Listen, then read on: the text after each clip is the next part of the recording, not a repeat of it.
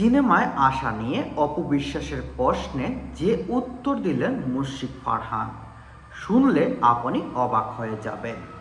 দুইজন দুই প্ল্যাটফর্মের তারকা শিল্পী, একজন বড় পর্দার, আরেকজন ছোট্ট পর্দার। তবে অপু বিশ্বাসকে বর্তমানে অভিনয়ে কম দেখা গেলেও মুশফিক আর ফারহান এখন ছোট্ট পর্দার সবথেকে জনপ্রিয় একজন অভিনেতা শিল্পী। তার নাটক মানেই দর্শকের আলাদা আগ্রহ।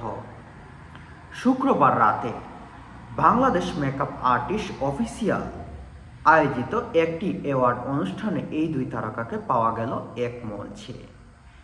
এর সময় দুজন দুজনের হাত থেকে সম্মাননা গ্রহণ করেন।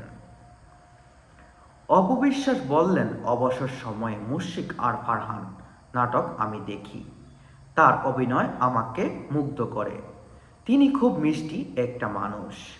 এরপর ফারহানকে প্রশ্ন ছুড়ে অপু বলেন, ফারহান, আপনি সিনেমায় আসেন না কেন?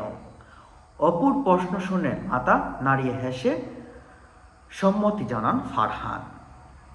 পরে মাইক্রোফোন হাতে নিয়ে অপু বিশ্বাসের উদ্দেশ্যে মুশফিক ফারহান বলেন, আপনাকে ধন্যবাদ ম্যাম।